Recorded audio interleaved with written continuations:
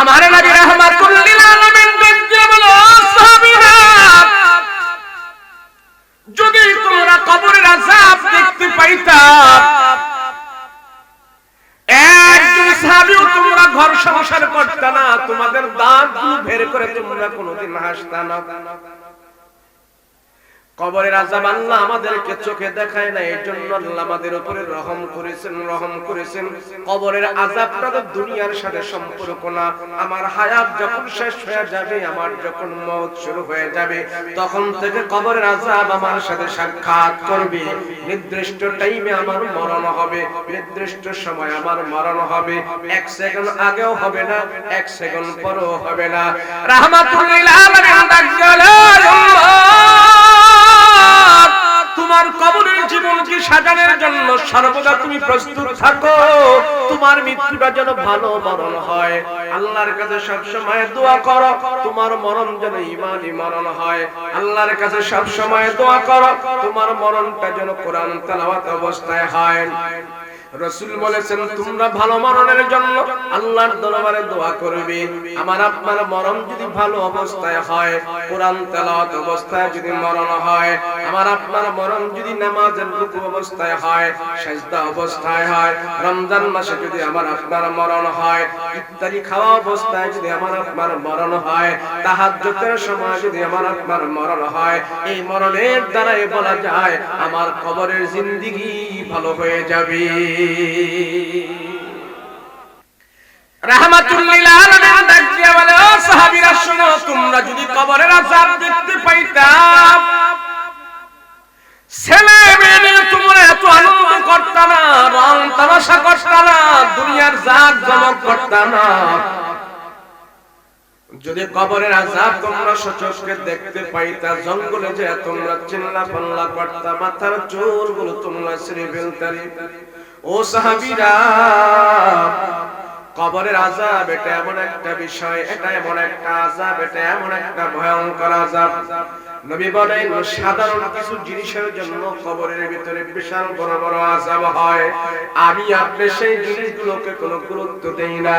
আল্লাহর নবী রাহমাতুল লিল আলামিন সাহাবীদেরকে নিয়ে কবরের পাশ দিয়ে হেঁটে হেঁটে যাচ্ছে, কোথাও যেন নবীজি যাবে, পাশে কয়েকটা কবর পাইলেন, অনেক মানুষের কবর এখানে। আল্লাহর নবী সেই কবরের পাশ দিয়ে যাওয়ার সময় সাহাবীদেরকে ডাক দেয়া বলে, সাহাবীরা তোমরা দাঁড়াও, তোমরা সেখানে দাঁড়াও। রাহমাতুল লিল আলামিন নবী আমার ডাক দিয়া বলে, এই দুইটা কবরের ভিতরে আযাব হইতেছে, আমি নবী দেখতেছি এই দুইটা কবরের ভিতরে আযাব হইতেছে। রাহমাতুল লিল আলামিন সাহাবীদেরকে ডাক দিয়া কয়, সাহাবীরা রে যাও যাও গাছের ডালা ভেঙে নিয়ে আসো। এক সাহাবী যা গাছের ডালা ভেঙে নিয়ে আসলো, গাছের ডালা কাটা দুই টুকরা করিয়া দুইটা কবরের মধ্যে নবী গেড়ে দিয়েছি। আর বলতেছি এই সতেজ গাছের ডালা তারা যখন নাকি আল্লাহর তাসবিহ আদায় করবে, এই তাসবিহর বদলতে দুই কবরের আযাব আল্লাহ ক্ষমা করে দিতে পারে। সাহাবীরা বললেন, ইয়া রাসূলুল্লাহ, ইয়া হাবিবাল্লাহ, রহমতের নবী গো, বুঝলাম না কোন কারণে কবরে আযাব হয়। আল্লাহর নবী ডাক দিয়ে বলে, সাহাবীরা আমি রাসূল দেখতে পাইতেছি এই দুটো কবরের ভিতরে বিশাল আযাব হচ্ছে, তবে তাদের ছোট্ট কিছু আমলের ভুলের কারণে আযাব হচ্ছে। যে আমলগুলো আমরা গুরুত্ব দেই না সেই জন্য এখানে আযাব হচ্ছে। নবীজি বলেন এই কবরের মধ্যে আযাব হচ্ছে, এই লোকটা পায়খানা প্রস্রাব করে ভালো করে ঢিলা কোনো ব্যবহার করত না, পায়খানা প্রস্রাব করে এই লোকটা ভালো করে পরিষ্কার করত না, তার জামা কাপড়ের মধ্যে পায়খানা প্রস্রাবের ছিটা লেগে যেত, সেই ছিটাগুলো এখন তার কবরে আযাব হয়ে দাঁড়াইলো। আর এই কবরের মধ্যে আযাব হইতেছে, এই লোকটা যেখানে সেখানে বসে শুধু মানুষের নামে বদনাম করত, গীবত করত। আমরা আজকে কতজন গীবত করি, আর এই পায়খানা প্রস্রাবের ছিটা থেকে আমরা হেফাজত হই না। এই ছোট্ট ছোট্ট জিনিসগুলো আমরা মনে করি না, গুরুত্ব দেই না, সেই জন্য ছোট্ট ছোট্ট বিষয়ের কারণে কবরের মধ্যে আযাব হইতেছে।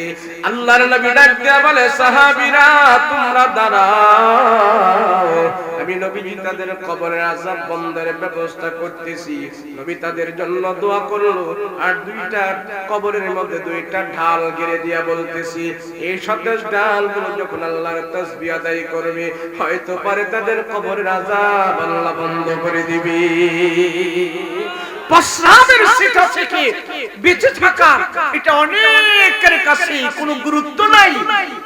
অনেকজনের এমন বড় লম্বা লম্বা দাড়ি থাকে, আসলে না প্রস্রাব করতে বসছি, প্রস্রাবের সিটা দাড়ির মধ্যে লাগতেছে, জামা কাপড়ে লাগতেছে, মাটিতে প্রস্রাব করতেছি, প্রস্রাবটা গুরুত্ব দেয় নাই, গুরুত্ব সহকারে প্রস্রাব করে নাই, তাড়াতাড়ি করে শুরু করছে, আর প্রস্রাবের সিটা এসে দাড়ি লাগে, দাড়ি তো লম্বা হয়ে পড়ে রইছে। আল্লাহর রাসূল সাল্লাল্লাহু আলাইহি ওয়াসাল্লাম বলে, দাড়ি লাগুক আর যখনই লাগুক, প্রস্রাবের সিটা থেকে যদি তুমি পরিষ্কার না হও, তোমার কবরের মধ্যে আযাব হবে। নবীজি সচক্ষে সব সাহাবায়ে কেরামদেরকে দেখে সাহাবীদেরকে বলছে যে এই কবরের মধ্যে আযাব হইতেছে প্রস্রাবের সিটার কারণে। বলেন আমরা কতটুকু সতর্ক? ছোট্ট একটি আমল, ছোট্ট আমাদের কাছে ছোট, কিন্তু কবরের আযাব হচ্ছে বিশাল বড় আযাব। মুসলমান ভাইরা রে আমার, কবরটা সাজানোর জন্য, কবরের আযাব থেকে বেঁচে থাকার জন্য বড় কিছু দরকার নাই। কবরকে যদি তুমি সাজাইতে চাও, কবরের আযাব থেকে যদি তুমি বাঁচতে চাও, নবীজি বলেন কবরটা এমন কারো জন্য জাহান্নামের গর্ত হয়ে যাবে, জাহান্নামের গাড়া হয়ে যাবে, আবার কারো জন্য জান্নাতের বাগান হয়ে যাবে। কারো জন্য বাগান, কারো জন্য জাহান্নামের গর্ত। মূসা আলাইহিস সালাতু ওয়াস সালাম কবরের পাশ দিয়ে একদিন হেঁটে যাচ্ছে। পয়গম্বর মূসা আলাইহিস সালাতু ওয়াস সালাম কবরের পাশ দিয়ে হেঁটে হেঁটে যখন যায়, সকালবেলা মূসা নবী কবরের পাশ দিয়ে হেঁটে গেল, বিকট এক কান্নার আওয়াজ পাইতেছে, চিল্লাপাল্লার আওয়াজ পাইতেছে, কবরের মধ্যে যেন শাস্তি হইতেছে আওয়াজ পাইতেছে। পয়গম্বর মূসা নবী আবার বিকালবেলা যখন এই রাস্তা দিয়ে হেঁটে যায়, ওই কবরের ভিতরে কান্নার কোনো আওয়াজ নাই, প্রশান্তির একটা হাওয়া আসতেছে কবরের ভিতর থেকে। মূসা আলাইহিস সালাতু ওয়াস সালাম কবরের পাশ থেকে যখন ওনাকে প্রশান্তির হাওয়া পাইল, কবর খুদে খুদে তার সাথে কবরের ভিতরে কথা বলা আরম্ভ করে দিয়েছে। জিজ্ঞেস করে, কবরের ভিতরে কে আছো? আমি সকালবেলা দেখেছি কবরের ভিতরে যন্ত্রণাদায়ক শাস্তি হচ্ছে, আমি শুনেছি সকালবেলা কবরের ভিতরে আযাব হচ্ছে। আমি মূসা পয়গম্বরকে আল্লাহ সশরীরে সেখানে দেখাইলো কবরের আযাব হচ্ছে। ওই কবরের ভিতর থেকে মৃত লাশ পয়গম্বরের মূসার সাথে কথা বলছে, ও মূসা গো, আপনি সকালবেলা ঠিক দেখছেন কবরের ভিতরে আযাব হচ্ছে, আমি একজন আযাবে গ্রেফতারকৃত ছিলাম, কিন্তু এখন আমার আর আযাব হয় না, এখন আমার আর আযাব হয় না। বলে কেন, কারণটা কি বলো? তোমার আযাব হয় না আমি এর জন্য খুশি, কিন্তু জানতে চাই কোন আমলের বিনিময়ে তোমার কবরের আযাব বিকালবেলা বন্ধ হয়ে গেল, কারণ কি? মূসা আলাইহিস সালাতু ওয়াস সালাম এই কথা বলার পর, ও পয়গম্বর মূসা, আমি দুনিয়াতে আসার সময় আমার স্ত্রীর পেটের ভিতরে একটা সন্তান আমি রেখেছিলাম, ওই সন্তানটা বড় হইল, সন্তানটা বড় হইয়া হাঁটা চলা করতে পারে, কথাবার্তা বলতে পারে। আমার সন্তানটা আজকে মাদ্রাসায় গিয়েছে, ওস্তাদ তারে সূরা ফাতিহা শিখানোর আগে ওস্তাদ তারে আউযু বিল্লাহ বিসমিল্লাহ পড়াইছে। আমার সন্তান যখন বলেছে বিসমিল্লাহির রহমানির রহিম, আমার সন্তান যখন নাকি যা বিসমিল্লাহ বলেছে, বিসমিল্লাহ বলার সাথে সাথে আল্লাহ তাআলা আমার কবরের আযাব দূর করে দিয়া আমার কবরের ভিতরে শান্তির ফয়সালা করে দিয়েছি। পয়গম্বর মূসা নবী আল্লাহকে ডাক দিয়া বলে, মালিক, যেই কবরের ভিতরে তুমি সকালবেলা এত আযাব দিয়েছো, আমি দেখতে চাইলাম তুমি আযাব দেখাইলে, আবার বিকাল বেলা সেই কবরের আযাব তুমি দূর করে দিলা। ওই কবরের বাসিন্দার ছেলে কবরের মাদ্রাসায় যা সূরা ফাতিহা পড়ার আগে বিসমিল্লাহির রহমানির রহিম বলিয়া যখন নাকি তেলাওয়াত করে, বিসমিল্লাহর বরকতে তোমার তার সন্তানের বিসমিল্লাহর বরকতে তার কবরের আযাব তুমি বন্ধ করে দিলা। আল্লাহ তাকে ঠিক নাকি? আল্লাহ ডাকা মুসা বিসমিল্লাহির রহমানির রহিম, বিসমিল্লাহ যখন সন্তান বলেছি, এই সন্তানটা রেখে তো সে কবরের ভিতরে গিয়েছে। সেখানে সে বলেছে রহমানির রহিম। এখানে আমার দুইটা নাম ব্যবহার করেছে, আমার নাম রহমান, আমার নাম রহিম। এই সন্তানের বাবা কবরের ভিতরে আযাবে গ্রেফতার হয়ে আছে, আর এই নেককার সন্তান যখন আমাকে রহমান আর রহিম বলে ডাক দিছে, আমি আল্লাহ যদি তারে ক্ষমা না করি, দয়া না করি, তাইলে আমার রহমান রহিম নামের অর্থ রেখে আমার লাভ কি? সেই জন্য আমি আল্লাহ ক্ষমা দান করে দিয়েছি। মুসলমান ভাইরা রে আমার, কবরের আযাব হয় সাধারণ ছোট ছোট বিষয়ের কারণে। কবরের আযাব আবার বন্ধ হয় সাধারণ কিছু আমলের কারণে। কবরকে আযাবে গ্রেফতার করার জন্য এত বড় কিছুর দরকার নাই। রাসূল বলেন প্রস্রাবের ছিটা থেকে তুমি পবিত্র হও, গীবত শিকায়ত থেকে তোমার জবানকে হেফাজত করো। আমি আপনি যখন শাসলে বসি, ভালো ভালো মানুষের নামে গীবত করি, আমি আর আপনি যখন বন্ধু বান্ধব মিলে বসা থাকি, 4 জন 5 জন বন্ধু মিলে আমরা আড্ডা দিই, অনেক মজার কথা বলি। 4 জন বন্ধু থেকে একজন বন্ধু যখন আমাদের কাছ থেকে বিদায় নিয়ে চলে গেল, দোস্ত চলে যায়, 5 জন বন্ধু ছিল, একজন বন্ধু বিদায় নিয়ে চলে গেল, আর 4 জন বন্ধু বসে আছে। ওই 4 জন বন্ধু আবার একজন বন্ধু যে চলে গেছে, চলে যাওয়ার পর তার নামে আমরা বদনাম বলা শুরু করেছি। ও তো লোক ভালো না, এতক্ষণ আমাদের মাঝে ছিল, ও তো লোক ভালো না, এই ভালো না, সেই ভালো না। 4 জন বসে বসে একজনের যখন নাকি বদনাম করছে, এটা গীবত হয়ে গেছে। এই গীবতের কারণে আল্লাহ তাআলা কবরের মধ্যে আযাব আর আযাব দিতে থাকবে। এটা তো আমরা কোনো মনেই করি না। রাহমাতুল লিল আলামিন বলেন সাধারণ কিছু বিষয়ের জন্য কবরের ভিতরে বিশাল বড় বড় আযাব হবে। যে আমলগুলোকে আমরা সাধারণ মনে করি, যে আমলগুলোকে আমরা ছোট মনে করি, কিন্তু সেই আমলের বিনিময়ে আল্লাহ কবরের মধ্যে আমাকে আপনাকে বড় আযাব দিবে। সে আমলগুলো আমাকে আপনাকে আল্লাহ করার জন্য নিষেধ করেছে। রাহমাতুল লিল আলামিন বলে, উম্মত তোমার কবরটাকে তুমি জান্নাতের বাগান সাজাইতে চাও, তোমার কবরটা যদি তুমি জান্নাতের বাগানে পরিণত করতে চাও, তুমি নিজে কবর, তোমার নিজের কবর তুমি নিজে সাজাইতে হবে, অন্য কেউ তোমাকে সাজাই দিতে পারবে না। তুমি যদি নেককার সন্তান রেখে যাও, সন্তানেরা যদি তোমার জন্য দোয়া করে, তাইলে তোমার কবর ভালো হতে পারে। বাবার কবরের পাশে দাঁড়াইয়া সন্তান যদি দোয়া করে, আল্লাহ আমার বাবাকে তুমি ক্ষমা করে দাও, সন্তান যদি বাবার জন্য দোয়া করে, আল্লাহ আমার বাবা এই আমল করেছে, আমিও এই আমল করি, আল্লাহ আমার বাবাকে তুমি মাফ করে দাও। সেই জন্য সন্তানের দোয়ার বদলে তো বাবার কবরের মধ্যে আরামের ব্যবস্থা হয়ে যাবে। করার জন্য নবীজি এত এত হালকা ছোট ছোট আমলের কথা বলছে, বড় নয়, ছোট আমল, কিন্তু আমাদের কাছে এগুলো ছোট ছোট হতে পারে, ছোট মনে করে আমরা এগুলো কোনো কেয়ারই করি। দেখেন না,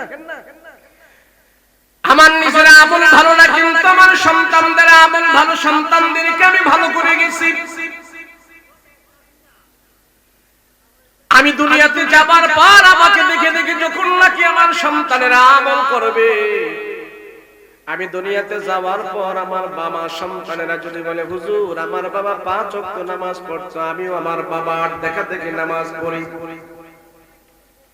এক সন্তান হুজুরকে বাড়িতে ডাক দেয়া বলে, হুজুর গো আমার বাবা এই চারের মধ্যে বসে বসে টিভি দেখতো, আমার বাবা এই চেয়ারের মধ্যে বসে বসে নাটক সিনেমা দেখতো। হুজুর আমার বাবা দুনিয়া থেকে যাওয়ার পর আমার বাবাকে অনুসরণ করে আমিও চেয়ারের মধ্যে বসে বসে এখন টিভি দেখি, আমিও চেয়ারের মধ্যে বসে বসে এখন নাটক সিনেমা দেখি।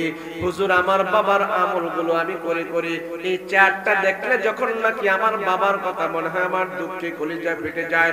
রাসূল বলেন তুমি যে গুনাহের সঞ্জামাদি দুনিয়ার মধ্যে রেখে আসছো, এই আমলগুলো যখন তোমার সন্তানেরা করতে থাকে, কবরের ভিতরে আল্লাহ তাআলা তোমার সন্তানের গুনার আমলের বিনিময়ে আল্লাহ তোমার কবরের মধ্যে আযাব আর গজব দিতে থাকে।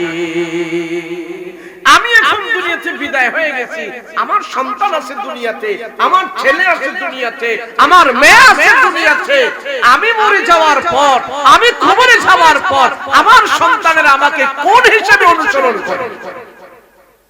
হুজুর আমাদের পাশের এক ইমাম সাহেব ডাইকা নিছে মসজিদ থেকে, হুজুর আসেন আব্বার জন্য একটু দোয়া হবে। তো হুজুরও গেছে, পাশে মহল্লার মানুষ মারা গেছে তো যাইতে হয় না, নামাজ হোক বেনামাজ হোক দোয়া তো করতে হবে। সেজন্য গেছে, সেখানে যায়া হুজুর এমন একটা চেয়ারে বসাইছে, বসায় বলে হুজুর আমার বাবা এই চেয়ারে বসে বসে নাটক দেখতো, সিনেমা দেখতো। আমার বাবা এই চেয়ারে বসে বসে সিগারেট খাইতো, রাত্রে 2টা 3টা পর্যন্ত টক শো দেখে ঘুমাইতো। হুজুর আমার বাবা এখন চলে যাওয়ার পর এই চেয়ারটা দেখলে, এই টিভিটা দেখলে হুজুর আমার মনে এমন অশান্তি লাগে, বাবার জন্য কি করব? এই চেয়ারটা দেখলে, টিভি দেখলে দুঃখে কলিজা ফেটে যায়। শোনেন, যেই বাবা মা সন্তান দুনিয়াতে রেখে গেছে, আর সন্তান যদি বাবা মার গুনার সঞ্জামাদি দেখে দেখে আফসোস করতে থাকে, গুনার সঞ্জামাদি দেখে দেখে যদি সন্তানেরা বাবার জন্য আফসোস করে, সেই আফসোসগুলো কবরের ভিতরে যায় বাবার জন্য আযাব হয়ে দাঁড়ায়। বলেন আমি মরে যাওয়ার পর আমার সন্তান যদি বলে হুজুর আমার বাবা এই রেখে গেছে, সেই রেখে গেছে, তো সন্তানের আফসোসও আমার আপনার জন্য কবরের মধ্যে কি হবে? যদি সন্তান আল্লাহকে ডাক দিয়া বলে আল্লাহ আমার বাবা দুনিয়াতে যতদিন বেঁচে ছিল, হুজুর আমার বাবা দুনিয়াতে যতদিন বেঁচে ছিল এই চেয়ারের মধ্যে বসে বাবায় তাসবিহ তাহলিল আদায় করেছে, আমার সন্তান এখানে বসে বসে বাবায় তাসবিহ আদায় করেছে, আমার বাবা কোরআন তেলাওয়াত করেছে, এই মাসাল্লার ভিতরে বসে বসে হুজুর নামাজ আদায় করেছে, তাসবিহ তাহলিল আদায় করেছে, কোরআন তেলাওয়াত আদায় করেছে। বাবায় আপনাদেরকে, বাবায় মানুষদেরকে সালাম দিত, আমিও মানুষদেরকে এখন সালাম দেই। বাবার চেয়ারের ভিতরে বসে বসে আমিও তাসবিহ তাহলিল গুলো আদায় করি, আমিও এখন বাবার জন্য দোয়া করি। মাসআলার মধ্যে দাঁড়ায় দাঁড়ায় বাবার আমলগুলো অনুসরণ করে আমিও করতে থাকি। এইভাবে যখন নাকি সন্তান আমল করতে থাকে, আল্লাহর রাসূল বলেন সন্তানের আমলের বিনিময়ে আল্লাহ তাআলা বাবা মার কবরের আযাব বন্ধ করে দেয়। সেই জন্য রাহমাতুল লিল আলামিন বলেন এ উম্মত তোমার কবর তুমি সাজাও, তোমার কবর তুমি সাজাও।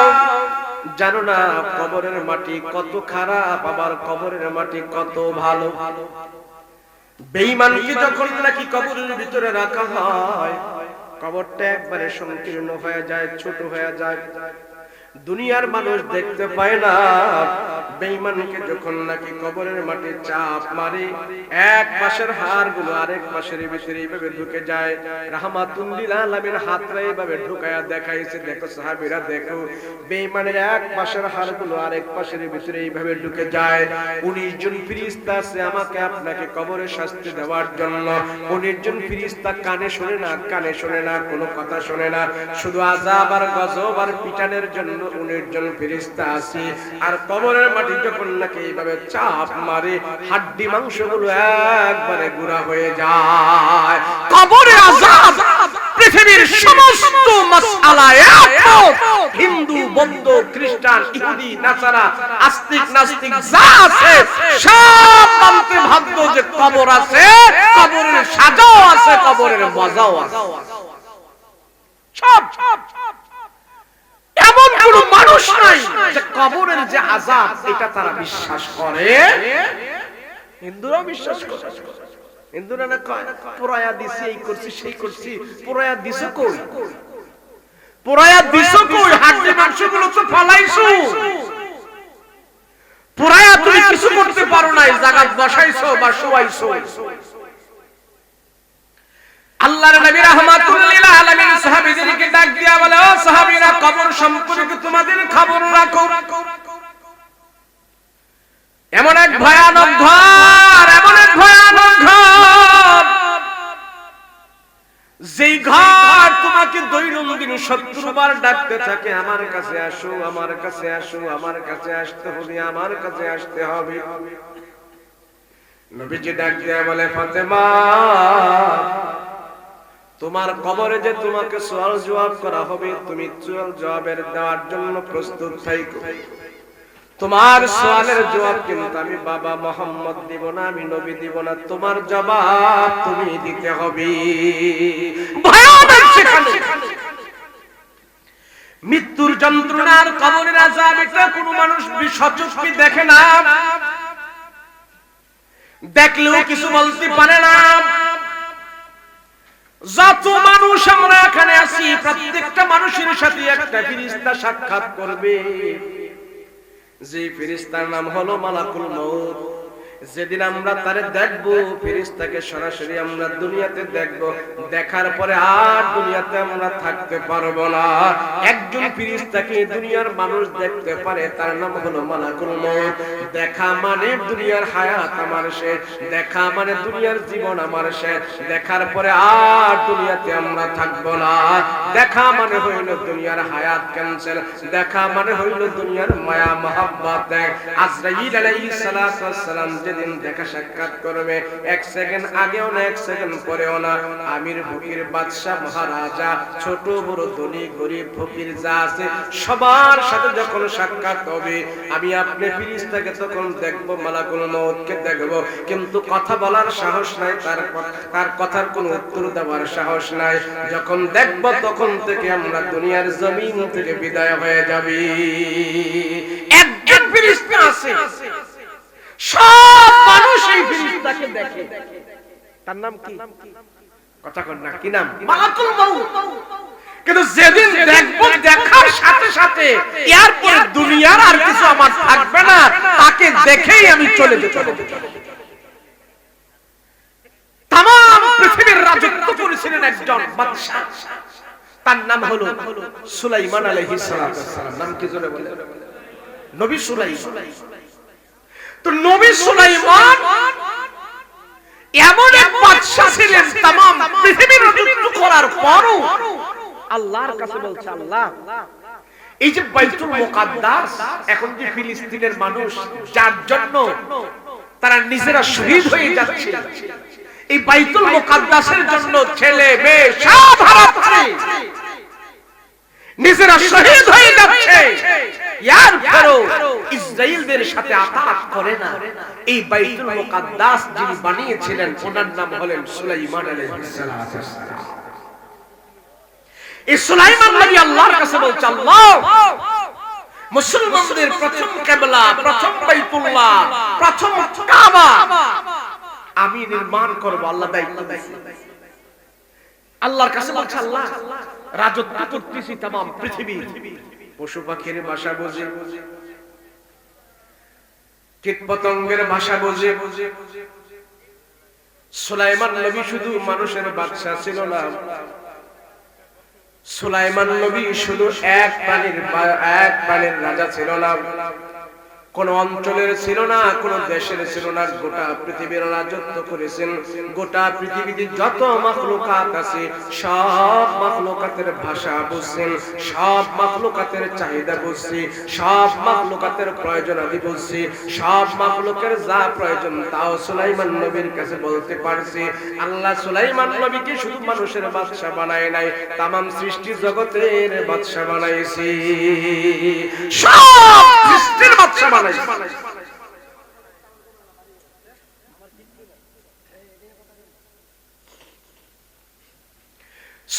আলাইহিস সালাতু ওয়াস সালাম আল্লাহকে ডাক দিয়া বলে, আল্লাহ, রাজত্ব করলাম, বাদশাহী করলাম, সব করলাম, সব করতেছি, ও মালিক, বাদশাহীর ভিতরে আমি আনন্দ পাইলাম, তোমার হুকুম মতো আমি রাষ্ট্র পরিচালনা করতেছি। নাফরমানি করে না, মানুষের উপরে জুলুম করে না, ভোট ডাকাতি করে না। সুলাইমান নবী আল্লাহর হুকুমে তামাম পৃথিবীটা পরিচালনা করেছি। সুলাইমান নবী ডাক দেয়া কয়, আল্লাহ গো, এই বাদশাহী করে, তামাম পৃথিবীর বাদশাহী করে আমার মনে তৃপ্তি আসে না।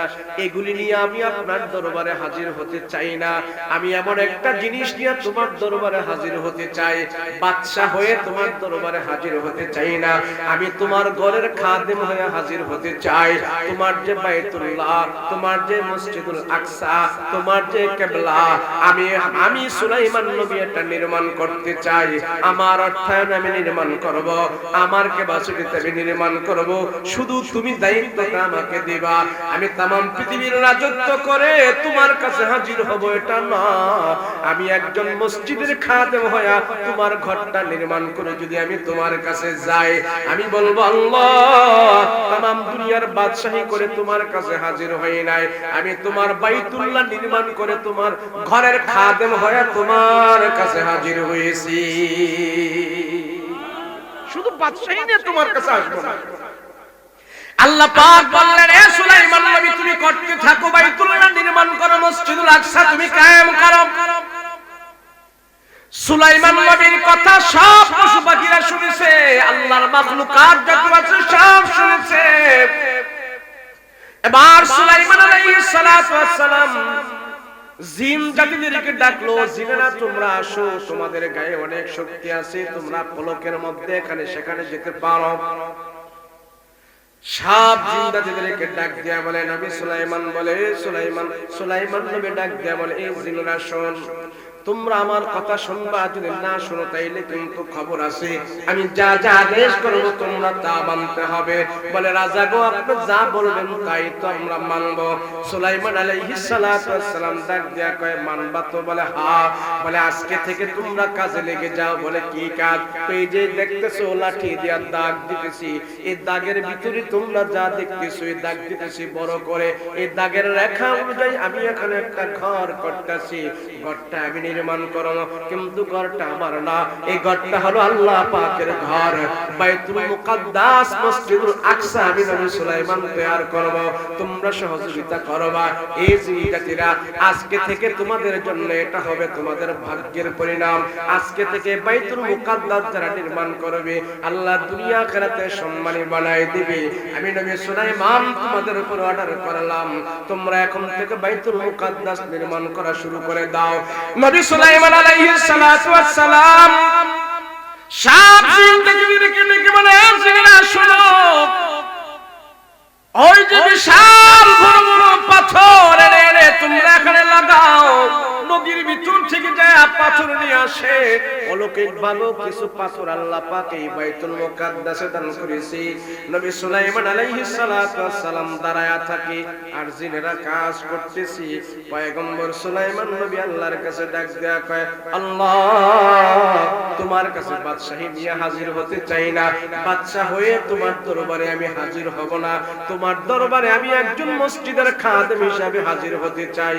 আমি আল্লাহ তোমার কাছে বলবো, রাজত্ব নিয়ে তোমার কাছে আসবো না, তোমার ঘর নির্মাণ করে আমি তোমার কাছে যা বলবো, আল্লাহ মুসলমানদের কিবলা নির্ধারণ করে, মুসলমানদের কিবলাটা তৈরি করে আমি সুলাইমান দুনিয়া থেকে তোমার কাছে এসেছি।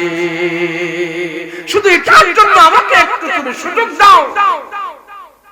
এই সুযোগ পেয়ে নবী সুলাইমান বলে, সময় কম, তোমরা ভাগ্যে নিয়ে রাতের কাজ করবা। সব জিন জাতিদেরকে ডাক দিয়া নবী সুলাইমান আলাইহিস সালাতু ওয়াস সালাম বাইতুল মুকাদ্দাসের কাজ আরম্ভ করে দিল। পয়গম্বর সুলাইমান নবী দাঁড়ায়া থাকে, আর জিনদেরকে বলে, এভাবে কাজ করো, এভাবে কাজ করো, এমনে করো, এমনে করো, এখানে ইট লাগাও, এখানে আস্তর লাগাও, এখানে বালু লাগাও, এটা মুসলমানদের কিবলা হবে, মুসলমানদের কিবলা আল্লাহ নির্ধারণ করেছে, তার দিকে ফিরে ফিরে মানুষ আল্লাহকে সিজদা করবে, কামে কিন্তু কোনো ভুল করিস না, ভুল করিস না।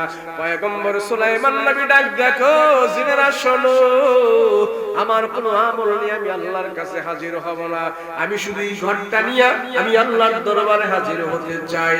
পয়গম্বর সুলাইমান নবী সব জিন দিয়া কাজ করা আরম্ভ করেছে, জিনের আবার কাজ করতেছে, রাত্রেও কাজ করে দিনও কাজ করে, শুধু কাজ করতেছে। নবী সুলাইমান আলাইহিস সালাতু ওয়াস সালাম প্রথম ডিউটি করে দিল, তোমরা সকালবেলা কাজ করবা, সকাল থেকে বিকাল পর্যন্ত তোমরা কাজ করবা, আবার বিকাল থেকে তোমরা সকাল পর্যন্ত কাজ করবা, এত ঘন্টা তোমরা কাজ করবা। নবী সুলাইমান আলাইহিস সালাতু ওয়াস সালামের হাতের মধ্যে যে লাঠি ছিল, এই লাঠি নিয়ে পয়গম্বর সুলাইমান শুধু দেখাশোনা করত। এবার জিনেরা কাজ করতে করতে এমন একটা পর্যায়ে চলে গেছে, বাইতুল মুকাদ্দাসটা 4 ভাগের 3 ভাগ কাজ করা কমপ্লিট হয়ে গেছে, 1 ভাগ কাজ আর বাকি আছে। এই মুহূর্তে আজরাইল আলাইহিস সালাতু ওয়াস সালাম আয়েশা নবী সুলাইমানের সামনে সালাম দিল, আসসালাতু ওয়াসসালামু আলাইকা ইয়া সুলাইমান, আপনি কেমন আছেন, আপনি কেমন আছেন? সালাম দিতে আজরাইল। নবী সুলাইমান ডাক দেয়া কয়, কে তুমি, কে? এই শহরে তোমার মতন কোন একজন মানুষ আমি কোনোদিনও দেখি নাই। আমি দুনিয়ার পার প্রান্ত থেকে অপার পর্যন্ত ঘোরাঘুরি করি, কত আল্লাহর মাখলুকাতের সাথে আমার দেখা হয়, কিন্তু এমন মানুষের সাথে তো আমার দেখা হয় না। তোমার পরিচয় কি তুমি বলো? আজরাইল ডাক দিয়া কয়, ও নবী সুলাইমান গো, আমার পরিচয় জানার পরে মানুষটা দুনিয়াতে বেঁচে থাকে না, দুনিয়া থেকে চলে যেতে চায়। কে, তোমার পরিচয় কি বলো, তুমি কে, তোমার পরিচয় বলো। নবী সুলাইমান বারবার তার পরিচয় জানতে চায়, জানতে চায়। আজরাইল আলাইহিস সালাতু ওয়াস সালাম ডাক দিয়া কয়, নবী সুলাইমান, আমার সাথে যেদিন আপনার সাক্ষাৎ হয়ে গেছে, আমার পরিচয় আপনি জানার পর আর দুনিয়াতে থাকতে পারবেন না। আমি হইলাম আল্লাহর পক্ষ থেকে মালাকুল মউত আজরাইল, আমার সাথে যারই সাক্ষাৎ হয় সে দুনিয়াতে আর থাকতে পারে না। মুহূর্তের ভিতরে দুনিয়ার জমিন থেকে তার রূহটা বের করে আমি আল্লাহর কাছে নিয়ে যাই, সে দুনিয়া থেকে বিদায় হয়ে যায়, আর থাকতে পারে না। নবী সুলাইমান ডাক দেয়া কয়, মালাকুল মউত আজরাইল, আরে আমি আল্লাহর কাছ থেকে চাই আনছি, আল্লাহর কাছ থেকে আমি বলেছি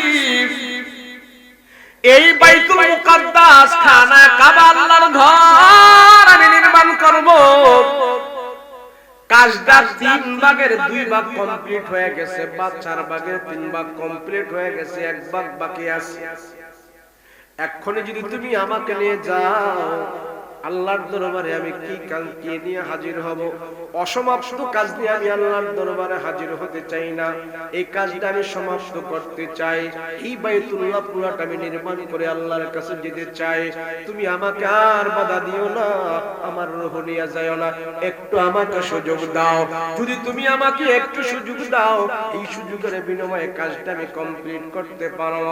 আজরাইল আলাইহিস সালাতু ওয়াস সালাম ডাক দিয়া কয়, নবী সুলাইমান, আমি যার সাথে সাক্ষাৎ করি সে দুনিয়াতে থাকতে পারে না। কাউকে দুনিয়াতে সময় দেওয়া বা না দেওয়া এটা আমার বিষয় না।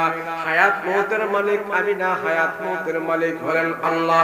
আপনার আল্লাহর কাছে আপনি বলেন, যদি আল্লাহ আপনাকে সুযোগ দেয়, যদি আল্লাহ আপনাকে দুনিয়াতে থাকার অনুমতি দেয়, যদি আল্লাহ আপনাকে দুনিয়াতে থাকার কোনো পারমিশন দেয়, তাইলে আমি আপনার জান বের করব না। আপনি আপনার আল্লাহর কাছে বলেন। এবার মালাকুল মউত আজরাইল আলাইহিস সালাতু ওয়াস সালাম আল্লাহকে ডাক দিয়া কয়, আল্লাহ আপনার নবী সুলাইমান এই কথা বলে। নবী সুলাইমান আল্লাহকে ডাক দিয়া কয়, মালিক, এই রাজত্ব নিয়ে, ক্ষমতা নিয়ে তোমার আদালতে আমি হাজির হতে চাই না। এই বাইতুল মুকাদ্দাস তোমার ঘরটা নির্মাণ করে আমি তোমার দরবারে হাজির হতে চাই গো আল্লাহ, তুমি আমাকে সুযোগ দাও। তুমি আজরাইল পাঠাই দিছো, আমাকে একটু সুযোগ দিতে বলো, আমার মরণ যেন একটু পরে হয়, কিছুদিন পরে যদি হয় আমি বাইতুল মুকাদ্দাসের কাজটা কমপ্লিট করে দুনিয়া থেকে যেতে পারবো। আল্লাহ ডাক দেখো, নবী সুলাইমান এক সেকেন্ড আগেও না, এক সেকেন্ড পরেও না, তোমার মরণ যেতে আছে সেখানেই হবে। আমার আল্লাহর নিয়মে নাই, আমার আল্লাহর রুলের ভিতরে নাই, আমার আল্লাহর বিধানে নাই, যার মরণ যেখানে আছে সেখানেই হবে। এবার নবী সুলাইমান ডাক দিয়া কয়, আল্লাহ তাইলে কাজটা তো অসম্পূর্ণ থেকে যাবে, তোমার বাইতুল মুকাদ্দাস তো পুরো হবে না, জিন জাতিরা দুষ্ট জাতি তারা আর কাজ করবে না। আল্লাহ ডাক দিয়া কয়, সুলাইমান তুমি মরে যাইবা, দুনিয়া থেকে বিদায় হয়ে যাইবা, তবে আমি একটা বুদ্ধি করতে পারি, আমি একটা পলিসি অবলম্বন করতে পারি। বলে কি পলিসি গো আল্লাহ? কয় তুমি মরে যাইবা ঠিক, তারপরেও তোমাকে দেখে দেখে এই জিন জাতিরা বাকি কাজ পুরা করে ফেলবে। মরে যাইবা, তুমি ভালো কাজ করে একটা নিয়ত করেছো, তোমার মনের চাহিদা পুরো করব, কিন্তু নির্দিষ্ট সময় তোমার মরণ হবেই হবে। আমি আল্লাহ এটা উলটপালট করব না, এক সেকেন্ড আগেও না, এক সেকেন্ড পরেও না, এক্ষুনি মরণ হবে। আল্লাহ ডাক দিয়া কয়, সুলাইমান, এ নবী সুলাইমান, তুমি মৃত্যুর জন্য প্রস্তুত হও, এখন তোমার মরণ হবে, নির্দিষ্ট সময়ে তোমার মরণ হবে, এক সেকেন্ড আগেও না, এক সেকেন্ড পরেও না। সেই জন্য আমার রাসূল বলেন, হে উম্মত, কখন তোমার মরণ হয়, কখন তোমার মৃত্যু আসবে, কখন আজরাইল সাক্ষাৎ করবে, তুমি ওটা জানবে না। সেই জন্য মৃত্যুর জন্য প্রস্তুত থাকো, প্রস্তুত থাকো, 24 ঘন্টার ভিতরে মরণের জন্য প্রস্তুত থাকো। যেই লোকটা মরণের জন্য প্রস্তুত থাকে সে কোনোদিন বিড়ি খাইতে পারে না, যেই লোকটা মৃত্যুর জন্য প্রস্তুত থাকে সে কোনোদিন সিনেমা দেখতে পারে না, যেই লোকটা মৃত্যুর জন্য প্রস্তুত থাকে সে ঘন্টার পর ঘন্টা নাচ গান বাদ্যের ভিতরে থাকতে পারে না। মরণের জন্য যে সব সময় প্রস্তুত থাকে, ঘন্টার পর ঘন্টা খেলা দেখতে পারে না। যেই লোকের খেলা দেখা অবস্থায় মৃত্যুবরণ হইল সে জাহান্নামে যাবে, কবরের আযাব থেকে সে বাঁচতে পারবে না। মদ্যপান করা অবস্থায় যার মরণ হইল সে কবরের আযাব থেকে বাঁচতে পারবে না। ঘুষ খাওয়া অবস্থায় যার মরণ হইল কবরের আযাব থেকে সে বাঁচতে পারবে না। ঘুষ খাওয়া, সুদ খাওয়া অবস্থায় যার মৃত্যুবরণ হইল কবরের আযাব থেকে সে বাঁচতে পারবে না। সেই জন্য আমার রাসূল বলে, সদা সর্বদা মৃত্যুর জন্য প্রস্তুত থাকো। মৃত্যুর জন্য প্রস্তুত থাকা মানে হলো নেক কাজের মধ্যে শামিল থাকো। তুমি নেক কাজে শামিল থাকো আর বদ কাজে শামিল থাকো, আজরাইল সময় মতন তোমার সাথে সাক্ষাৎ করবি, সাক্ষাৎ করবেই করবি। নবী সুলাইমান ডাক দিয়া বলে, মালিক,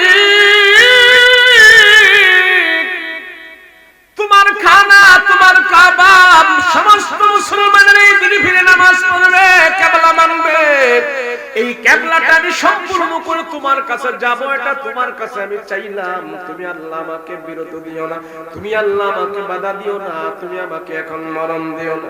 আল্লাহ কয়, সুলাইমান, নির্দিষ্ট টাইমে তোমার মরণ হবে, নির্দিষ্ট সময়ে তোমার মরণ হবে, তবে নির্দিষ্ট সময়ে মরণ হবে ঠিক, মরণ তোমার হবে, কিন্তু জিন জাতি যারা আছে তোমার কাজটাও তারা আদায় করবে, তারা বুঝতে পারবে না তোমার যেন মরণ হয়েছে। তারা জীবিত থাকা, তারা মনে করবে তুমি এখনো জীবিত আছো, আমি এমন ভাবে তোমার লাশটা দাঁড় করায় দেব। সব জিন জাতিরা তোমার লাশ দেখে দেখে তারা বাইতুল মুকাদ্দাসের কাজ সম্পূর্ণ করবে। আল্লাহ কয়, মানুষ তুমি সৎ কাজের আদেশের, সৎ কাজের জন্য নিয়ত করেছো, আমি পুরো করব, কিন্তু নির্দিষ্ট সময় তোমার মরণ আমি দিব, একটু লাগেও না, একটু পরেও না। কথা বলেন ঠিক না? সুলাইমান আলাইহিস সালাতু ওয়াস সালামের সামনে আজরাইল হাজির হয়ে গেছে। ও নবী সুলাইমান, আল্লাহর কাছে আপনি এখন চলে যেতে হবে। সুলাইমান আলাইহিস সালাতু ওয়াস সালামের হাতের মধ্যে যে লাঠি ছিল, বিশাল বড় লাঠি নিয়ে ঘুরতেন পয়গম্বর সুলাইমান। লাঠি ব্যবহার করা রাসূলদের সুন্নাত, নবীদের সুন্নাত, মনে থাকবে নি? লাঠি ব্যবহার করা পয়গম্বরের সুন্নাত। লাঠি নিয়ে পয়গম্বর সুলাইমান রাজত্ব করছে, এত বড় রাজত্বের মালিক, এত বড় বিশাল দুনিয়ার মালিক। রাজা, তারপর হাতের মধ্যে বিশাল বড় লাঠি ছিল। আজরাইল আলাইহিস সালাতু ওয়াস সালাম আর জিবরাইল আলাইহিস সালাতু ওয়াস সালাম পয়গম্বর সুলাইমানের লাঠিটা নবীজির পয়গম্বর সুলাইমান নবীর পিছনে দাঁড় করায়া দিছি। ওই লাঠির মধ্যে পয়গম্বর সুলাইমানের লাশটা দাঁড় করায়া দিছি। নবী সুলাইমান লাঠির মধ্যে হেলান দিয়ে এভাবে দাঁড়ায় রইল। সব জিন জাতিরা কাজ করতেছি, পাথর এনে লাগাইতেছি। সকাল থেকে সন্ধ্যা পর্যন্ত কাজ করলো, কিন্তু নবী সুলাইমান তো যায় না, তাদের দিকে তাকায় আছে।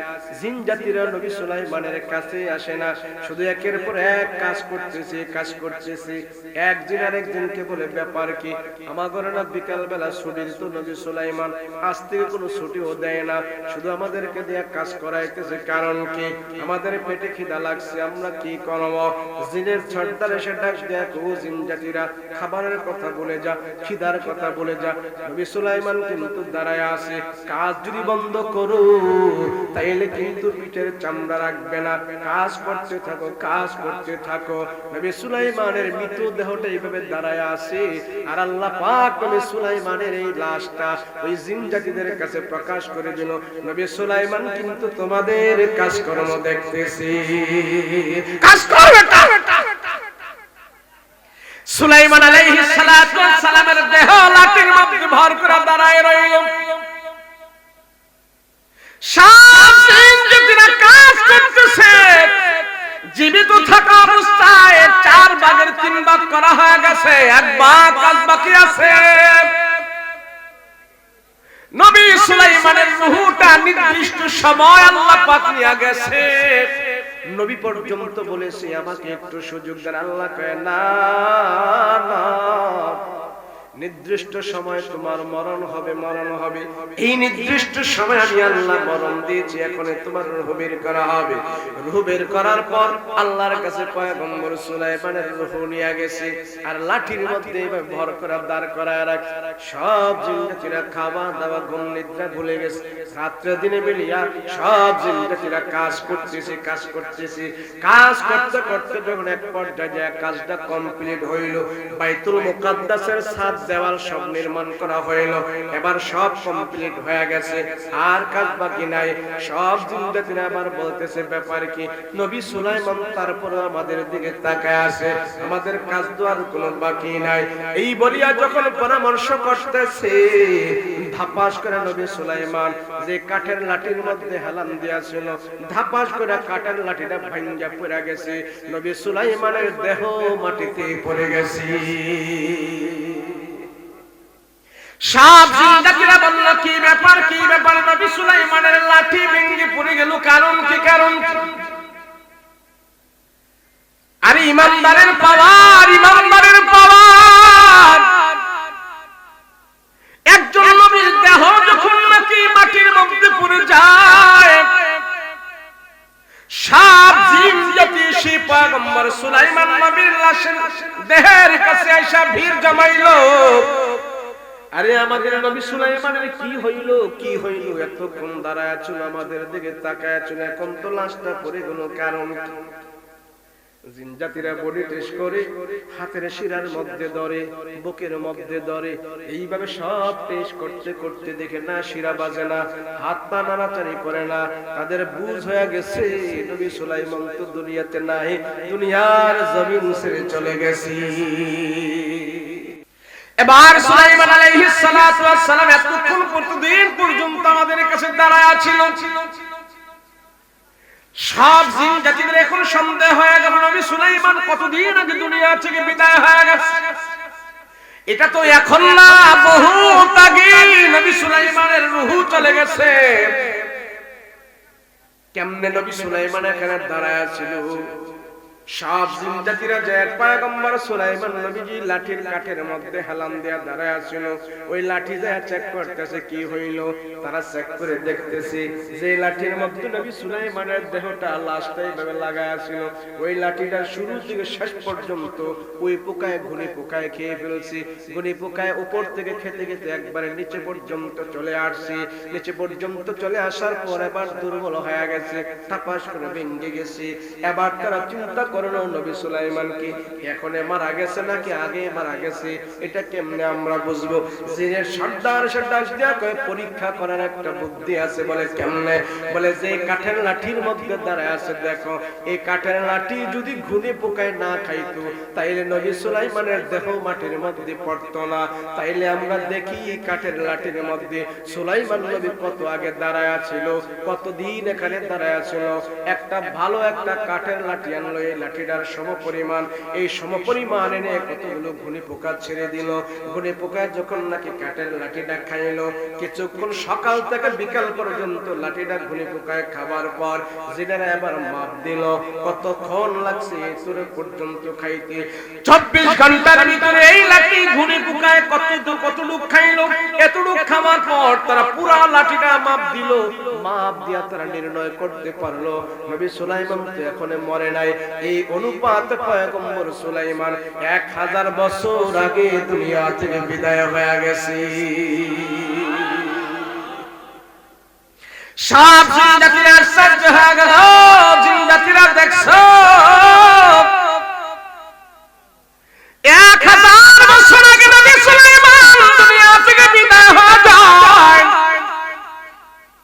আর আমরা তো কোন কাজ করেছি? আমরা তো খারাপ করি নাই, ভালো কাজ করেছি, ভালো কাজ করেছি। আল্লাহ এখানে প্রতিমান করাইলেন, এ দুনিয়ার রাজা বাদশা আমির ফকির, তোমরা যা চাও, যদি তোমাদের উদ্দেশ্য ভালো হয় আমি আল্লাহ তাআলা মরণের পরেও তোমাদের সেই উদ্দেশ্য পুরা করব। তুমি যদি নেককার নেক কোন জিনিসের পরিকল্পনা করো, নেক জিনিসের জন্য তোমার মনস্থ থাকে, দুনিয়া থেকে বিদায় হওয়ার পরেও তোমার নেক কাজটা আমি আল্লাহ তাআলা পুরা করব। এই জন্য আল্লাহ ডাক দিয়া বলে, দুনিয়ার মানুষ, কবর এমন একটা ভয়ঙ্কর ঘর, কবর এমন একটা ঘর, এই ঘর থেকে তোমরা বাঁচতে পারবে না। সেই জন্য রাহমাতুল লিল আলামিন সব সাহাবীদেরকে ডেকে বলতো, তোমরা কবরকে স্মরণ করো, কবরকে স্মরণ করো। নবীর সাহাবীদের ভিতরে যিনি সবচেয়ে মালওয়ালা ছিলেন, দৌলতওয়ালা ছিলেন, তার নাম হলো ওসমান গনি রাদিয়াল্লাহু আনহু। ওসমানের এমন মাল ছিল, ওসমান যদি ইচ্ছা করত স্বর্ণের চারে বসে বসে ওসমান সময় কাটাইতে পারত, স্বর্ণের প্লেটে খাবার খাইতে পারত। এমন মাল আল্লাহ ওসমান গনিকে দান করেছেন। সুবহানাল্লাহ। শুধু মাল আল্লাহ দান করে নাই, আমার রাসূলের দুইটা মেয়েকে ওসমান গনির হাতে আল্লাহ তুলে দিয়েছে। রাহমাতুল লিল আলামিনের প্রিয় সাহাবী, এত মানে আর ধরাত্মান সব মানুষ যখন ঘুমায় থাকে, ওসমান গনি আড়ালে চলে যায়, সাহাবীদের সাথে হাঁটা চলা করে না, নীরবে নীরবে তাদের সবার কাছ থেকে আলাদা হয়ে ওসমান গনি দূরে চলে যায়। সাহাবীরা খুঁজতে খুঁজতে ওসমান গনিকে পায়। হায় রে, ধনাঢ্য ব্যক্তি কোথায় গেল, শিল্পপতি কোথায় গেল? সাহাবীরা খুঁজে দেখে ওসমান গনি গুরুস্থানের পাশে দাঁড়ায় দাঁড়ায় কান্না করে। ওসমান গনির তো মালের অভাব নাই, সম্পদের অভাব নাই। ওসমান গনি শুধু কবরের পাশে দাঁড়ায় দাঁড়ায় কান্না করে, গুরুস্থানের পাশে দাঁড়ায় দাঁড়ায় হাত উঠে কান্না করে আর ডাক দিয়া, আল্লাহ, হাসরে মানুষ থাকবে, ফুলসিরাতে মানুষ থাকবে, মিজানে মানুষ থাকবে, জাহান্নামে মানুষ থাকবে, জান্নাতে মানুষ থাকবে। ও মালিক, কবর এমন একটা ঘর, এই ঘরের ভিতরে আমি ওসমান ছাড়া কেউ থাকবে না, আমি একাই একাই পড়ে থাকবো। সেই জন্য ওসমান গনি কবরের পাশে দাঁড়ায় দাঁড়ায় কান্না করতেন। ওসমান গনির চোখের পানি পড়ে পড়ে দাড়িগুলো ভিজে যাইতো, জামাগুলো ভিজে যাইতো। মাঝে মাঝে হাউমাউ করে ওসমান গনি কান্নাকাটি শুরু করত। সাহাবীরা জিজ্ঞেস করে, ও ওসমান, অন্য কোথাও আপনাকে এমন ভাবে কান্না করতে দেখি না, কেন আপনি এখানে কান্না করেন? কারণটা কি আমরা তো বুঝি না। আপনার তো মালের অভাব নাই, সম্পদের অভাব নাই, কেন কবরের পাশে দাঁড়ায় দাঁড়ায় আপনি কেন কান্না করেন? এই রহস্য আপনি আমাদেরকে বলেন, কেন কবরের পাশে তো কাঁদেন? কথা বলেন, আমরা কাঁদিনি কবরের পাশে?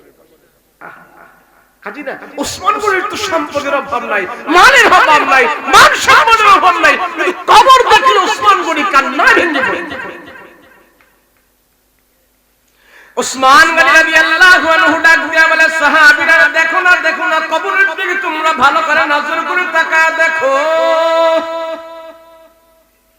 আমির বাদশা ফকির ধনী গরীব সব এখানে এক বাড়িতে শোয়া আছে, এক ঘরে শোয়া আছে, কারো ঘর এখানে ভিন্ন রকম নাই, এক ঘর। কথা বলেন, কবরের ঘরগুলা কি এক ঘর না দু ঘর? একরকম না ভিন্ন রকম? একরকম সব সেখানে শুয়ে আছি।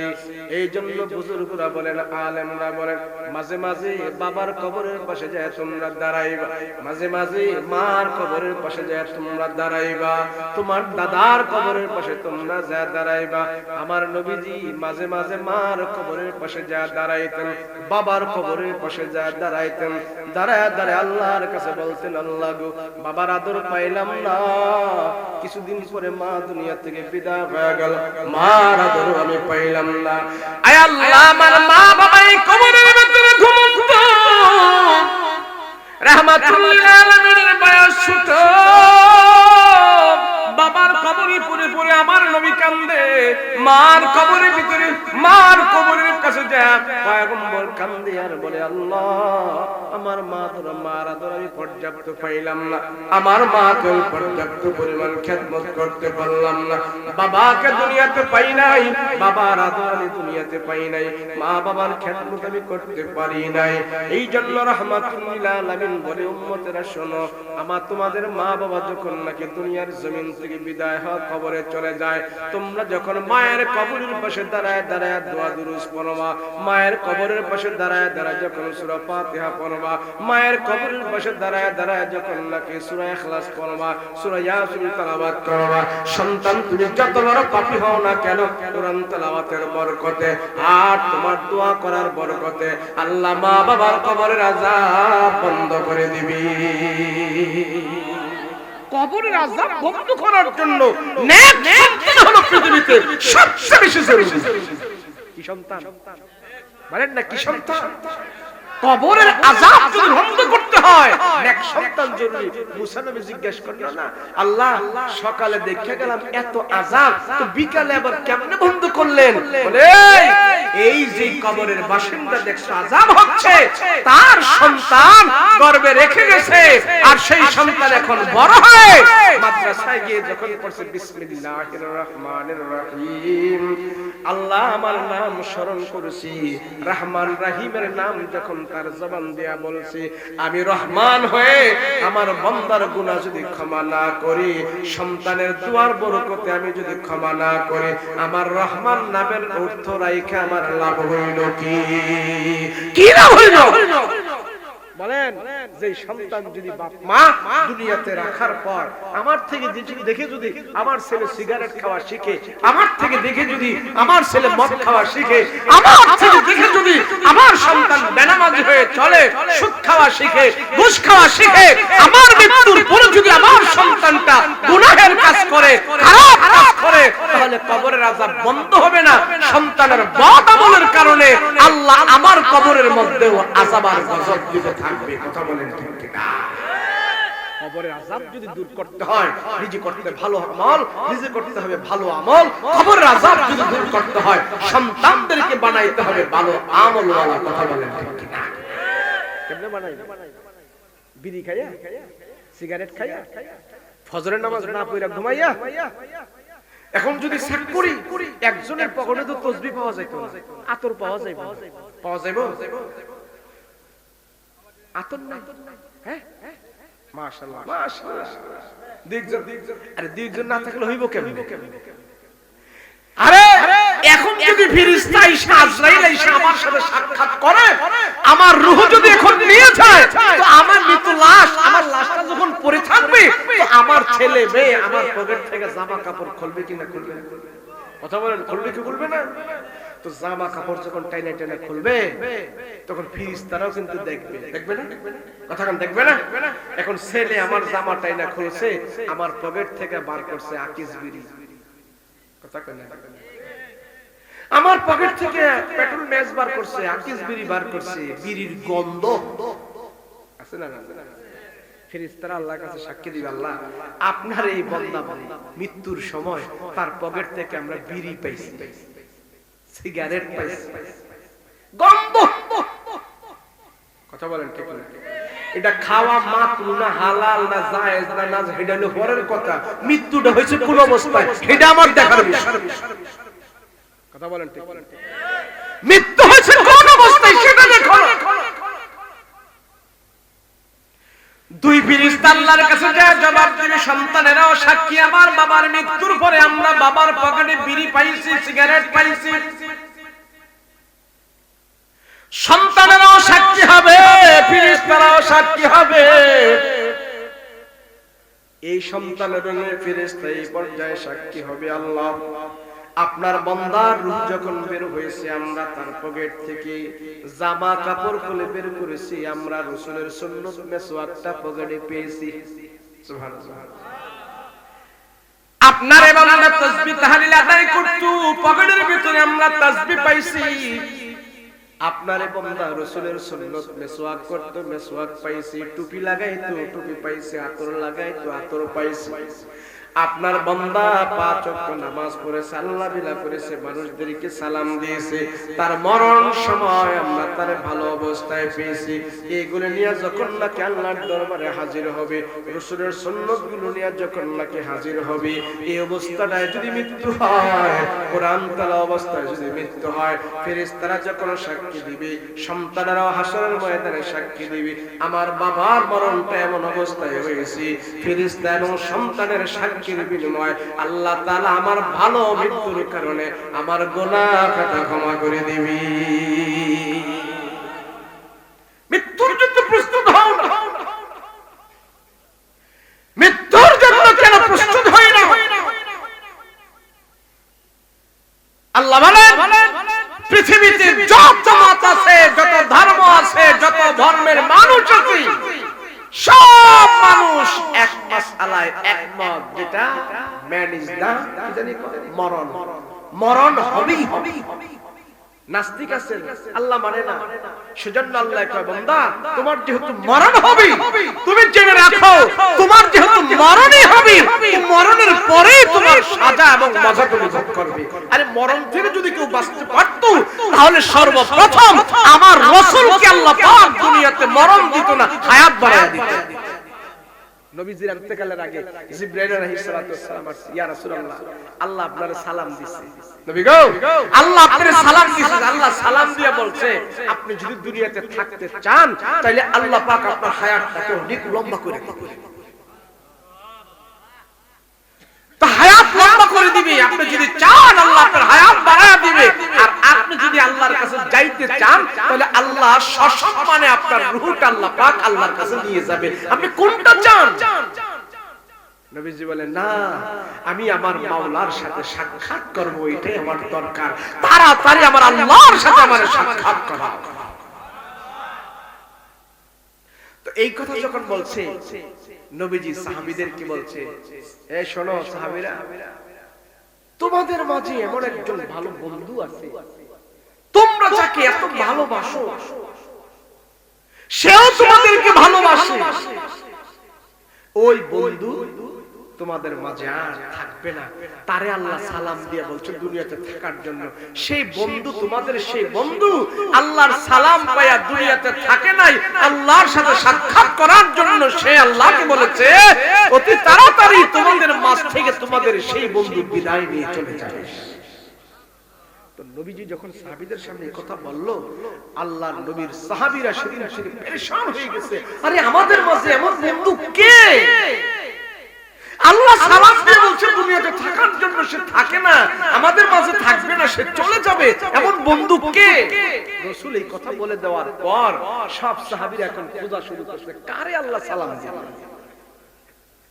এত বড় সুযোগ দুনিয়াতে দিল, দুনিয়াতে থাকবে না, চলে যাবে, সেটা আল্লাহর কোন বন্ধু? সাহাবায়ে কেরাম জিজ্ঞেস করে আলী রাদিয়াল্লাহু আনহুকে, আলী তোমাকে আল্লাহ সালাম দিয়েছে কিনা বলো? কয় না না, আমারে সালাম দেয় নাই। ওমরের কাছে যায় বলে, ওমর বলেছি আপনি রাসূলের উপর আল্লাহ যদি কাউকে নবী বানাইতো আপনাকে দুনিয়াতে নবী বানায় পাঠাইতো ওমর গো মনে হয় আল্লাহ আপনারে সালাম দিয়ে বলছে দুনিয়াতে থাকার জন্য। ওমর কয় না না, আল্লাহ আমাকে দুনিয়াতে সালাম দেয় নাই, থাকার এমন কোন পারমিশন আমাকে দেয় নাই। ওসমানের কাছে গেল, ওসমান কয় না না। আলীর কাছে গেল, কয় না আমারে সালাম দেয় নাই। সাহাবীরা আবার খোঁজা আরম্ভ করেছে কারে সালাম দিছে, সবাই খোঁজে আবু বকর রাদিয়াল্লাহু আনহুকে পায় না। এবার সাহাবীরা জিজ্ঞেস করতেছে একে অপরে আবু বকর কোথায়, পায় না পায় না। এক জায়গায় যে আবু বকরকে পাইলো, সবাই সেখানে চলে গেল আবু বকরের কাছে। ওগো আবু বকর, আপনাকে মনে হয় আল্লাহ সালাম দিয়েছে। হযরত আবু বকর রাদিয়াল্লাহু আনহু চিল্লা ফালা করতেছে, কান্নাকাটি করতেছে, চোখের পানি ছেড়ে ছেড়ে কান্না করতেছে। সব সাহাবীরা মনে করছে আবু বকরকে আল্লাহ সালাম দিয়েছে, সেই জন্য আবু বকর কান্না করতেছে। সাহাবীরা জিজ্ঞেস করে আবু বকর, আল্লাহ আপনাকে সালাম দিয়েছে কিনা দুনিয়াতে থাকার জন্য নাকি দুনিয়া থেকে চলে যাওয়ার জন্য? আল্লাহ পাক বলেছে। হযরত আবু বকর ডাক দিয়া কয়, সাহাবীরা রে, তোমরা তো আমার নবীজির রহস্যটা বুঝো নাই, নবীজির গোপন কথাটা তোমরা বুঝো নাই। আমি বুঝেছি আমাদের কোন সাহাবীকে আল্লাহ সালাম দেয় নাই, স্বয়ং আমাদের নবীকে আল্লাহ সালাম দিয়া বলেছে দুনিয়াতে থাকার জন্য। নবীজি আর আমাদের মাঝে মনে হয় বেশি দিন থাকবে না। আল্লাহর সালাম গ্রহণ করে আমাদের রাসূল আমাদের মাঝ থেকে বিদায় নিয়ে আল্লাহর কাছে চলে যাবে। সাহাবায়ে কেরামের ভিতরে হাউমাউ কান্না শুরু হয়ে গেল। কেউ খাবার খায় না, ঘুম নিদ্রা করে না, ঘুমায় না, খাবার খায় না, বিবির কথা ভুলে গেছে, সন্তানের কথা ভুলে গেছে। আবু বকর রাদিয়াল্লাহু আনহু কথা বলার পর সব সাহাবীরা এখন আমার পয়গম্বরের চেহারার সামনে তাকায় তাকায় কান্না করে আর মাথায় হাত মারে, বুকে হাত মারে। ওগো নবীজি, আবু বকর আমাদেরকে কি শোনাইলো? আপনি নাকি আল্লাহর সালাম পেয়ে দুনিয়াতে থাকতে চান না, আমাদেরকে রেখে আপনি চলে যাইতে চান। আল্লাহর নবী ডাক দিয়া বলে, তোমরা কান্না করো না, তোমরা থামো। সাহাবায়ে কেরামের পাগলামি আরম্ভ হয়ে গেছে। হযরত আবু বকর রাদিয়াল্লাহু আনহু কান্না করতেছে, চোখের পানি ছেড়ে ছেড়ে কান্না করতেছে। নবী ডাক দিয়া বলে, সাহাবীরা রে, তোমরা যত কান্না করো কোনো লাভ হবে না। আমি আল্লাহকে বলতে পারি না, আমি আল্লাহর কথা হুকুম মতো মানতে হবে। আল্লাহ আমার উপরে এমন একটা জিনিস ধার্য করেছে, মৃত্যু আমার হবে, মরণ আমার হবে, আমি স্থানান্তরিত হব। আল্লাহ পাক ডাক দিয়া বলে, ইন্নাকা মাইয়িতুন ওয়া ইন্নাহুম মাইয়িতুন। রাসূল নিশ্চয় আপনি মরণশীল, আপনার মৃত্যু হবে, আমার কাছে আসতে হবে। এ সাহাবীরা, তোমরা এটা নিয়ে কোনো দ্বিধা দ্বন্দ্ব করো না, তোমরা তো চিল্লা পাল্লা করো না, সবাই মরতে হবে, আল্লাহ আমাকে আল্লাহর কাছে নিয়ে যাইবে। সাহাবায়ে কেরাম শুধু কান্না করতেছে, কান্না করতেছে। নবীজি ডাক দিয়া বলে, আবু বকর, আমি তোমার কাছে বলেছি আর সাহাবীদেরকে বলেছি, আমার কোন সাহাবীরা এই রহস্যের কথা বুঝে নাই, তুমি সবাইরে জানায় দিছো, আমি কিন্তু সবাইরে জানাই নাই। কেন আবু বকর তুমি আমার চলে যাওয়াটা কেন সাহাবীদের কাছে বললা, কারণটা কি? আবু বকর ডাক দিয়া বলে, গো নবী, আপনাকে ছাড়া আমরা কেমনে থাকবো, আমরা কেমনে থাকবো দুনিয়াতে, আমরা কেমনে থাকবো? আপনার চেহারার সামনে যখন বসে থাকতাম, তামাম পৃথিবী আমাদের মাঝ থেকে বিদায় নিত, তামাম পৃথিবীর চাইতে আপনার চেহারাটা আমাদের কাছে দামি মনে হতো। ইয়া রাসূলুল্লাহ, ইয়া হাবিবাল্লাহ, আপনার চেহারার কাছে আমরা বসে থাকি, ক্ষুধার যন্ত্রণা ভুলে যাই। রাসূল আপনার চেহারার দিকে তাকায় থাকলে দুনিয়ার সব কথা আমরা ভুলে যাই, আমাদের দুঃখ দুর্দশা ভুলে যায়। এত অত্যাচার নির্যাতন কাফেররা করে, আপনার চেহারা দেখার সাথে সাথে আমরা সব ভুলে যাই। ওগো রাহমাতুল লিল আলামিন, আপনাকে ছাড়া আমরা কেমনে থাকবো, আমরা কেমনে থাকবো? রাসূল বলে, শুধু আমি না, আমিও তো তোমাদেরকে ছাড়া যাব। আমিও তোমাদেরকে ছাড়া চলে যাব, আল্লাহর কাছে চলে যাব। এক এক করে তোমরাও মরণের যন্ত্রণা ভোগ করে তোমরাও আল্লাহর কাছে চলে যাইবা, কেউ থাকতে পারবে না। তাহলে মরণ যদি হয় কবরের আযাবও হবে, কথা বলেন ঠিক?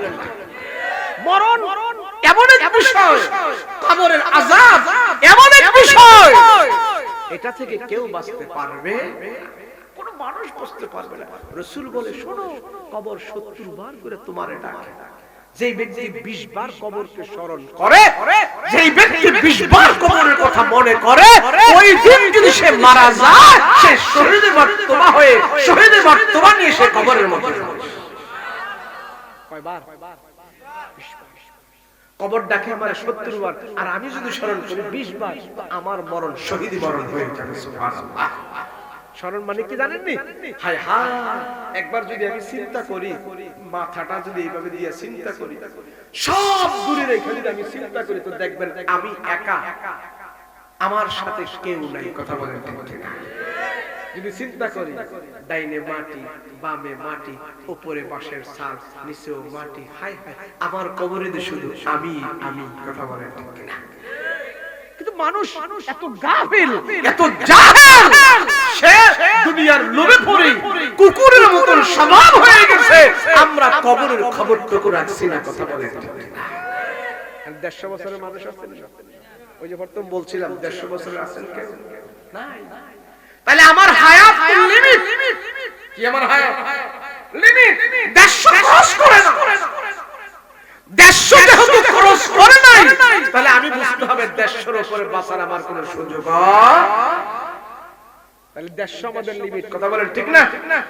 মরণের জন্য প্রস্তুত থাকবো তো সবসময় ইনশাআল্লাহ? ভাই, মরণের প্রস্তুত থাকবো তো?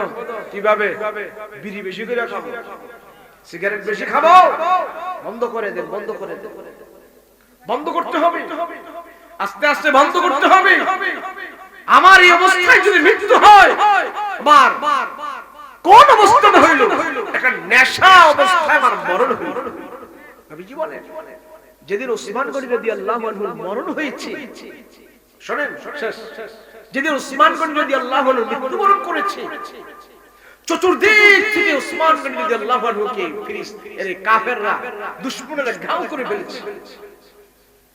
ওসমান গনির দৈনন্দিনের কোরআন তেলাওয়াত, একদিনও কোরআন তেলাওয়াতের আমল বাদ হয় নাই। ওসমান গনি দেখতেছে শত্রু চতুর্দিকে আমাকে ঘাও করে ফেলেছে, এরপরে ওসমান গনি হাতে আল্লাহর কালাম তেলাওয়াত করতেছে। দেখতেছে শত্রু, না না অসুবিধা নেই, আমার মরণ যদি তাদের হাতে থাকে হবে, তাহলে নাই, কিন্তু আমার আমল আমি করতে হবে, আমার আমল আমি করতে হবে। ওসমান গনির মতন এত সব সময় কোরআন তেলাওয়াত অন্য কোন সাহাবীরা করেন না। কোরআন তেলাওয়াতের ভিতরে ওসমান গনি সব সময় ডুবে থাকে। যেদিন মৃত্যু হবে, যেদিন ওসমান গনির মৃত্যু হবে, কাফেররা উঠতে আছে, তীর বর্ষা বল্লম মারবে, ওসমান গনি কোরআন তেলাওয়াত করতেছে, চতুর্দিকে কাফেররা উৎপেতে আছে, আর মনে মনে ভাবতেছে তারা ওসমানের কোরআন তেলাওয়াত বন্ধ হোক, এরপরে তারে আমরা তীর মারব। ওসমান গনি বলে, আমি কোরআন তেলাওয়াত প্রত্যেক দিনের আমল, তোমরা তীর মারো আর না মারো, আমি এই আমল করেই দুনিয়া থেকে বিদায় হতে চাই। ওসমান গনি কোরআন তেলাওয়াত করতেছে, আর এই মুহূর্তে দূর থেকে এক জালিম ওসমানকে তীর মারছে। এভাবে যখন তীর বিদ্ধ হইছে, তীর বিদ্ধ হওয়ার পর এখান থেকে ফিনকি মেরে রক্ত কোরআনুল কারীমের মধ্যে পড়েছে, কোরআনে পড়েছে, ওসমান গনির শাহাদাতের রক্ত কোরআনে পড়েছে। সেজন্য ওসমানের শাহাদাতের সাক্ষী আল্লাহর দরবারে কোরআনুল কারীম আল্লাহকে বলবে, আমি দেখেছি ওসমান যেন আল্লাহ শত্রুর হাতে আঘাত হয়ে শহীদ হয়েছে, ওসমানের শহীদের ব্যাপারে আমি কোরআন সাক্ষী হয়ে গেছি। সে ওসমান এই অবস্থায় মারা গেছে। যদি ওসমানের শহীদের সাক্ষী কোরআন দিতে পারে, তাহলে আমি আপনি যে অবস্থায় মারা যাব, আমার মরে যাওয়াটা তো ওই অবস্থায় সাক্ষী দিবে। কথা বলে ঠিক না? এজন্য আমার মরণ যেন ভালো হয়, আমার মরণ যেন ভালো হয়। ওসমান গনি তো কোরআন তেলাওয়াত বন্ধ করে বলতে পারতো, ভাই আমাকে মাইরো না, বা আমি তোমাদের সাথে আত্মসমর্পণ করলাম, আমি তোমাদের কাছে সারেন্ডার করলাম, আমি এই করলাম সেই করলাম। এমন না, আমার যে দৈনন্দিন আমল আছে আমি এই আমল করব, এই আমলের ভিতরে আমার মৃত্যু হবে, আমি মৃত্যুকে পরোয়া করি না, আমল নিয়ে আমি আল্লাহর দরবারে হাজির হতে চাই। তাহলে আমার আপনার আমল যেন এমন ভালো অবস্থায় হয়, কথা বলেন ঠিক কিনা? তাহাজ্জুদের নামাজে যার আমল হলো, ফজরের নামাজে যার মৃত্যু হলো, ওযু অবস্থায় যার মরণ হলো, রাসূল বলেন যে সর্বদা ওযুর হালাতে থাকে, এই ওযুর হালাতে যে থাকে, এই ওযু অবস্থায় যে মৃত্যু হয়, ওযু অবস্থায় যার মরণ হয়, আল্লাহ তার শহীদ মর্তবা দান করেন। কত সহজ, কত সহজ ভালো আমল করা, কত সহজ আল্লাহর কাছে নেককার মুমিন হওয়া কত সহজ। রাসূল বলে ওযু, এই ওযু করতে কি 5000 টাকা লাগে, 50 টাকা লাগে? ওযু করতে কি বেশি পরিশ্রম হয়? তো ওযু অবস্থায় যে মারা যাবে আল্লাহ তার শহীদ মর্তবা দান করেন। সুবহানাল্লাহ। করমনি ওযু করমনি আমরা, হ্যাঁ শীতের দিনে তো ওযু করা যায় না, শীতের দিনে আসলে আমরা ওযু করি, নামাজও পড়ি না ওযুর ভয়ে, কথা বলেন ঠিক কিনা? অথচ রাসূল বলেন হাশরের ময়দানে আমার উম্মতের চিহ্ন আমি কিভাবে জানো? এই যে ওযুর অঙ্গ প্রত্যঙ্গগুলো যারা এইভাবে ধুইছে, মুখ ধুইছে, হাত ধুইছে, পা ধুইছে, নবীজি বলে এই অঙ্গ প্রত্যঙ্গগুলো হাশরের ময়দানে নূরের লাইট হয়ে জ্বলতে থাকবে, আমি রাসূল চিনে চিনে সুপারিশ করে তাদেরকে জান্নাতে নিয়ে যাব। এটা আমার কথা না, বুখারী শরীফের হাদিস, বুখারী শরীফের হাদিস, কুরআন মুহাজ্জালিন মিন আনসারিল রাসূল। আল্লাহ আমাদেরকে সর্বদা সব সময় ঈমানি মরণ, শহীদি মরণ যেন আল্লাহ দান করে, আর শহীদি মরণ এবং ঈমানি মরণ নিয়ে যদি কবরে যায়, কবরের আযাব থেকে যেন আল্লাহ আমাদেরকে মুক্ত করে দেন। সকলে বলুন আমিন। আল্লাহ আমাদের হেফাজত করেন, জানে মালে বরকত দেন, এই মাহফিলকে আল্লাহ কবুল করেন। সকলে বলুন আমিন।